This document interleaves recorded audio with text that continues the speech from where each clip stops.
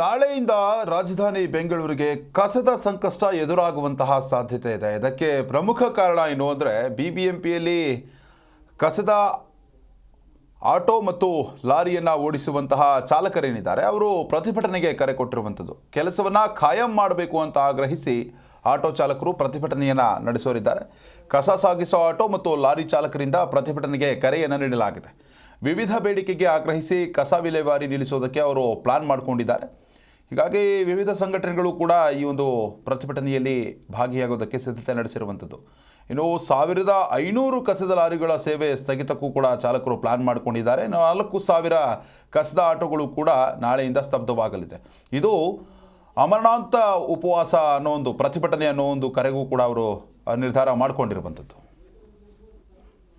2018ರಲ್ಲಿ ಪೌರ ಕಾರ್ಮಿಕರನ್ನ ನೇರ ಪಾವತಿ ಅಡಿಗೆ ಸರ್ಕಾರ ಆದೇಶ ಮಾಡ್ತದೆ.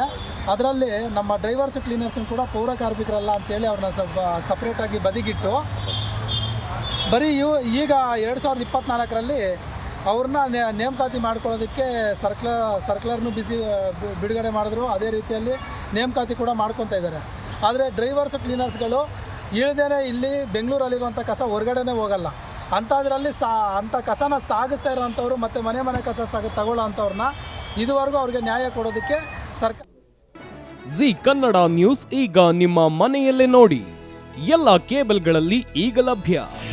ನಿಮ್ಮ ನೆಚ್ಚಿನ ಜಿ ಕನ್ನಡ ನ್ಯೂಸ್ ಈಗ ಸನ್ ಡೈರೆಕ್ಟ್ ನಲ್ಲಿ number 292, Tata play number 1664, Jio TV number 1334, NXT digital number 30, in cable number 30, city networks 51, U digital number 162, GTPL number 17, Rockline telecommunications number 42, Shri Basaveshwara cable number 168, rural cable network 60, Vinayaka digital 57, Abhishek cable 821, city channel 53, Siddeshwara cable network 57, V4 digital Infotech 628, Surya digital networks 53, Gajanan digital number 836, Malnad Infotech private limited number